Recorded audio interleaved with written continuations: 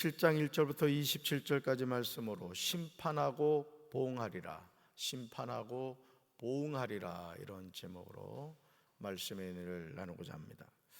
하나님이 계속하여 죄에서 돌이킬 기회를 주셨음에도 그 기회를 선용하지 않는 이스라엘의 모습이 오늘 우리의 모습이기도 합니다. 우리는 죄의 노예가 되면 안 됩니다.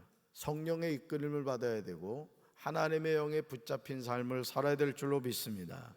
창세기 4장 7절에서 하나님은 가인을 향하여 너는 죄를 다스리라고 말씀하십니다. 우리 말씀 같이 읽습니다.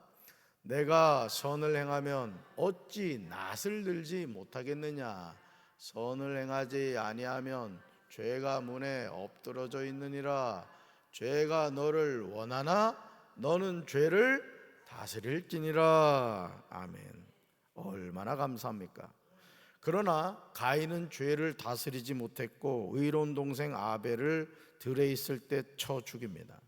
하나님이 분명하게 경고하셨음에도 불구하고 그는 죄의 노예가 되고 말았습니다. 오늘도 원수 마귀는 수많은 사람이 죄의 지배를 받는 노예가 되도록 만듭니다. 그렇기 때문에 오늘 우리가 하나님의 자녀로 살아가면서 악은 모양이라도 본받아서는 안 됩니다. 항상 선을 행하는 삶을 살아야 될 줄로 믿습니다. 에스겔 7장은 유다의 심판과 본질에 관한 내용입니다. 1절에서 또 여호와의 말씀이 내게 임하여 이르셨다고 나옵니다. 여호와의 말씀은 임하는 것입니다. 믿음은 누가 주시는 거라고요? 하나님이 주시는 거예요. 그러니까 우리가 살아가는 모든 삶을 가만히 생각해 보세요. 여러분 중환자실에 가면은 산소호흡기를 꼽습니다. 얼마나 비싼지 아십니까? 근데 여러분들 그 비싼 산소호흡기 없이도 지금 편안하게 숨 쉬고 있잖아요. 누가 주시는 거예요? 하나님이 주시는 거예요. 몰랐으면서. 그러니까 우리가 살아가는 일상의 삶에 사실은 모든 것을 하나님이 무상으로 주시죠. 우리가 물을 오염시켜서 그렇지 사실은 예전에 무슨 물을 사 먹었습니까? 강물 퍼먹었죠. 우물물 먹었죠. 그런데 오늘 우리가 그 은혜를 잊어버리고 살아갈 때가 너무 많다라는 것이죠.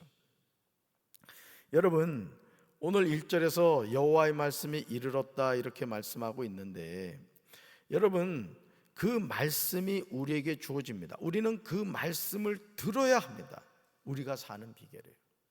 그래서 여러분 우리 영혼이 산다는 것은 무엇을 의미하느냐? 하나님의 말씀을 자꾸 듣는 거예요. 그러면서 그 말씀을 통해서 어제 최성진 전사님이 그 말씀을 전했습니다마는 여러분 뭐라 그래요? 그 도로 차선을 지키는 그런 장치가 있고 또 거리 일정한 거리가 되면 삐삐삐 하면서 알아서 브레이크를 이렇게 눌러주는 그런 자동 장치가 있듯이 하나님의 말씀은 하나님의 자녀가 그릇된 길을 가면 경고등을 켜준단 말이에요. 왜? 우리 안에 성령님이 계시기 때문에 그러면 안 된다, 그 길이 아니야, 그렇게 하면 안 된다 알려주신다는 거예요. 할렐루야. 그런데 하나님이 선지자 에스겔에게 하시는 말씀이 너무 절망적입니다. 지금 하나님이 말씀하고 계신 대상은 이스라엘 땅입니다. 우리 2절 말씀 같이 읽습니다. 너 인자야 주 여호와께서 이스라엘 땅에 관하여 이같이 말씀하셨느니라. 끝났도다. 이 땅 사방의 일이 끝났도다. 아멘. 선지자 에스겔을 너 인자야 부르시는 하나님이 이스라엘에게 전하라고 하십니다. 나주 하나님이 이스라엘 땅을 두고 말한다고 하시면서 끝이 왔다 이렇게 말씀하십니다. 여러분 영화가 끝나면 항상 뒤에 The End 이렇게 나오듯이 끝이 났다고 말씀하시는 거예요. 이 땅의 사방 구석구석에 끝이 왔다고 말씀하십니다. 그 어떤 희망도 보이지 않는 상황입니다. 이것은 하나님의 심판에 의한 끝이 확실히 이르렀다는 뜻입니다. 이스라엘 땅의 심판으로 끝났다는 것은 하나님께서 이스라엘 백성에게 기업으로 주신 적과 꿀이 흐르는 그 땅이 이제는 하나님이 주신 축복을 상실하고 비참한 상태에 처하게 됨을 보여주는 겁니다. 그렇다면 이런 하나님의 심판이 임한 이유가 뭘까요? 여러분 하나님이 아브라함을 왜 부르셨죠? 너를 복의 근원으로 삼겠다. 너를 축복하는 자에게 뭐를 주고? 복을 주고 너를 저주하는 자에게 저주하겠다고 하나님은 말씀하셨어요. 그런데 왜 지금 하나님의 택한 이스라엘 백성에게 이런 엄청난 일이 일어났을까? 에스겔 7장 3절에 그 이유가 나와요. 왜 이런 심판이 있는가? 같이 읽습니다. 이제는 내게 끝이 이르렀나니 내가 내 진노를 내게 나타내어 내 행위를 심판하고 내 모든 가증한 일을 보응하리라. 아멘. 사랑하는 성도 여러분, 이스라엘을 향하여 이제는 내게 끝이 이르렀다고 하나님이 말씀하십니다. 얼마나 두렵고 떨리는 말씀입니까? 너 끝났어. 너는 이제 끝이야. 하나님이 이렇게 말씀하신 거예요. 이런 이스라엘을 향하여 내가 내 진노를 내게 나타내겠다고 하십니다. 내 행위를 심판하겠다고 하시며 내 모든 가증한 일을 보응하겠다고 말씀하십니다. 하나님이 주신 기회를 선용하지 않은 결과예요. 그러니까 오늘 우리가 기도할 수 있을 때 기도해야 됩니다. 찬양할 수 있을 때 찬양해야 돼요. 예배 드릴 수 있을 때 예배 드려야 됩니다, 여러분. 요양원에 계신 어르신들은 예배 드리고 싶어도 예배를 못 드린 거예요. 물론은 그 요양원이 뭐 어떤 교육자가 가서 또는 어떤 예배 인도자가 있어서 그 예배를 드리는 어떤 환경이 되면 괜찮은데, 요양원 원장이 그런 신앙을 갖지 않은 사람인 경우에는 예배를 드리고 싶어도 예배를 못 드리는 거예요. 하나님은 이스라엘의 가증한 행위에 대하여 공의대로 판단하시어 심판하십니다. 오늘 신앙생활하면서 하나님을 두려워하지 않는 목사, 하나님을 두려워하지 않는 성도가 얼마나 많습니까? 하나님은 인간의 생사복을 주관하시는 분인 줄로 믿습니다. 그래서 우리는 항상 하나님을 사랑하고 하나님을 경외하고 살아가야 되는 거예요. 나의 영혼을 천국으로 지옥으로 보낼 수 있는 분이에요. 여러분, 예수님이 갈보리 십자가에 못 박혀 돌아가실 때 여러분 같이 동행한 사람들이 강도였다는 사실을 아십니까? 하나님의 아들이시고 만왕의 왕이신 예수님이 마지막 가는 그 임종의 길에 강도가 좌우에 있었다고요. 놀라운 사실이 뭔지 아세요? 그 마지막 가는 길에 강도 둘이, 한 사람은 천국을 가고 한 사람은 지옥을 갔다는 거예요. 우편 강도가 주님에게 말하잖아요. 주님, 주님의 나라에 가실 때 저를 기억해 주십시오. 예수님 뭐라 말씀하시죠? 오늘 내가 나와 함께 낙원에 있으리라. 좌편 강도는요, 끝까지 예수님 조롱하고 저주하다가 지옥 불구덩이에 떨어진 거예요. 그러니까 여러분, 매 순간 우리는 선택하는 거예요. 구원의 길을 갈 것인가, 멸망의 길을 갈 것인가. 저는 우리 사랑하는 우리 새벽기도 용사들 생명의 길을 걸어가시기를 주님의 이름으로 축원합니다. 우리가 사람의 눈은 속일 수 있을지 몰라도 하나님의 눈은 속일 수가 없습니다. 사람이 죄를 범하면 그 죄는 반드시 그 죄에 대한 심판을 초래합니다. 하나님은 이스라엘 백성들의 범한 가증한 일들을 용서하지 않으시고 그 죄가를 반드시 드러내시어 죄에 대해 심판의 징벌로 되돌려 갚으십니다. 우리는 하나님의 심판을 대비해야 돼요. 우리 교회는 뭐 그런 일이 없겠습니다마는 이 간통죄가 없어지면서 정신 나간 남자 여자들이 말이요, 바람 피고 말이죠, 그런 일들이 너무너무 많습니다. 지금 성적으로 지금 우리나라도 보통 문란한 게 아니에요. 마약 청정국이라는 이름은 벌써 사라졌어요. 우리 아이들이 마약을 하고 있다고요. 마약 구매하기도 그렇게 쉽다는 거예요. 여러분, 우리가 항상 정신을 차리고 깨어 근신해야 될 줄로 믿습니다. 사랑하는 성도 여러분, 하나님은 허물과 죄로 죽었던 우리를 불쌍히 여기셨습니다. 그래서 독생자 예수 그리스도를 보내주심으로 누구든지 예수님을 영접하고 믿는 자마다 멸망하지 않고 영생을 얻게 해주셨어요. 그런데 하나님은 무서운 말씀을 하세요. 에스겔 7장 4절에서 하나님은 내 행위대로 심판하시겠다고 말씀하세요. 우리 말씀 같이 읽습니다. 내가 너를 불쌍히 여기지 아니하며 긍휼히 여기지도 아니하고 내 행위대로 너를 벌하여 내 가증한 일이 너희 중에 나타나게 하리니 내가 여호와인 줄을 너희가 알리라. 아멘. 거다 밑줄 그으세요. 내 행위대로 너를 벌하여. 내가 너를 불쌍히 여기지 아니하겠다. 내가 너를 긍휼히 여기지도 아니하겠다. 내 행위대로 너를 벌하겠다. 내 가증한 일이 너희 중에 나타나게 하겠다고 말씀하십니다. 그러시면서 이렇게 하시는 이유로 내가 여호와인 줄을 너희가 알리라고 하십니다. 우리가 살아가는 이 세상은 우리가 상식적인 수준에 생각해봐도 야 저건 아닌데 하는 일들이 너무 많아요. 유전무죄, 무전유죄 일들이 얼마나 많습니까? 판사가 판결을 하는데 어떤 판결에 대해서는 말도 되지 않는 판결을 해요. 이게 우리가 살아가는 이 세상입니다. 하나님은 공의로우신 분이지만 이 세상은 공의롭지 못해요. 억울한 일을 당하는 분들이 얼마나 많은지 몰라요. 그런데 하나님은 속일 수 있다 없다? 속일 수 없다는 거예요. 그래서 여러분 모든 인생은 하나님 앞에 섰을 때 아주 정확한 평가를 받게 되는 거예요. 저는 저와 여러분이 하나님 앞에 섰을 때 하나님의 은혜를 힘있게 되기를 주님의 이름으로 축원합니다.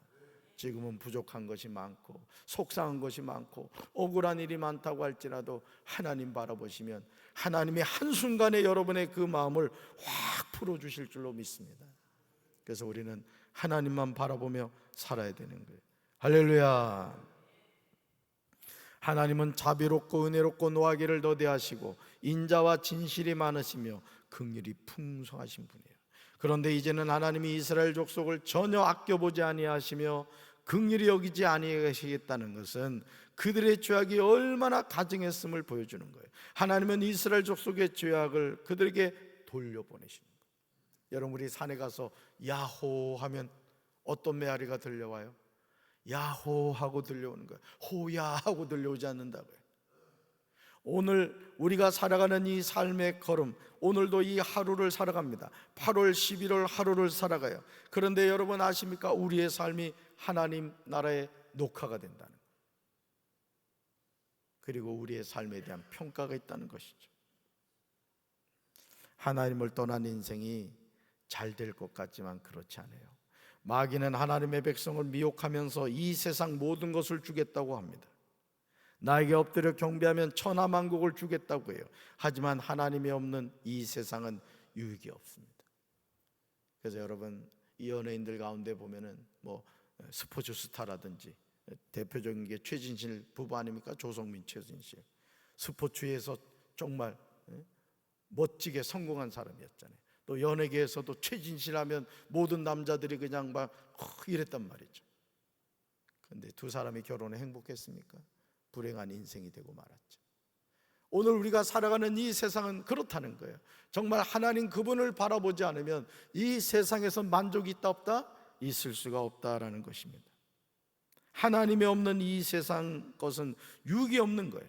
에스겔 7장 5절에서 선지자 에스겔을 통하여 분명히 말씀하십니다. 우리 말씀 같이 읽습니다. 주 여호와께서 이같이 이르시되 재앙이로다, 비상한 재앙이로다, 볼저다, 그것이 왔도다. 아멘. 사랑하는 성도 여러분, 살아계신 하나님이 우리에게 진심으로 주시기를 원하시는 것이 무엇인지 여러분 아십니까? 예레미야 29장 11절이에요. 같이 읽습니다. 여호와의 말씀이니라. 너희를 향한 나의 생각을 내가 아나니 평안이요 재앙이 아니니라. 너희에게 미래와 희망을 주는 것이니라. 아멘. 여러분, 하나님이 우리에게 주시기 원하는 것이 뭐라고요? 평안이요 재앙이 아니라. 그런데 우리가 읽었던 5절 말씀에서 주 여호와께서 이같이 이르시되 뭐라고요? 재앙이로다, 비상한 재앙이로다, 볼저다, 그것이 왔다고 말씀합니다. 여러분, 하나님이 우리에게 주시기 원하는 것은 평안인 줄로 믿습니다. 재앙이 아닌 줄로 믿습니다. 그런데 에스겔 7장 5절에서 재앙이다, 너희가 들어보지 못한 재앙이다, 이미 다가왔다고 말씀하십니다. 그렇다면 왜 이런 재앙이 임하게 된 것일까? 왜 하나님은 하나님이 택한 백성을 불쌍히 여기지 아니하실까요? 에스겔 7장 9절에 그 이유가 나와요. 왜 하나님이 주시는 평안이 아니라 재앙이 임하게 됐는가? 같이 읽습니다. 내가 너를 불쌍히 여기지도 아니하며 긍휼히 여기지도 아니하고 내 행위대로 너를 벌하여 너의 가증한 일이 너희 중에 나타나게 하리니 나 여호와가 때리는 힘을 내가 알리라. 아멘. 내 행위대로 너를 벌하여 너의 가증한 일이 너희 중에 나타나게 하겠다. 하나님은 내 행위대로 너를 벌한다고 하십니다. 이제 우리는 가증한 일을 버리고 하나님 앞에 회개해야 될 줄로 믿습니다. 이것이 우리가 살 길이에요. 여러분, 오늘도 여러분 새벽기도 나오기 전에 그래도 화장은 안 하셨지만 세수는 하고 오셨죠? 깜빡 잊고 오셨습니까? 괜찮습니다. 누가 씻은지 안 씻은지 알겠어요, 그죠?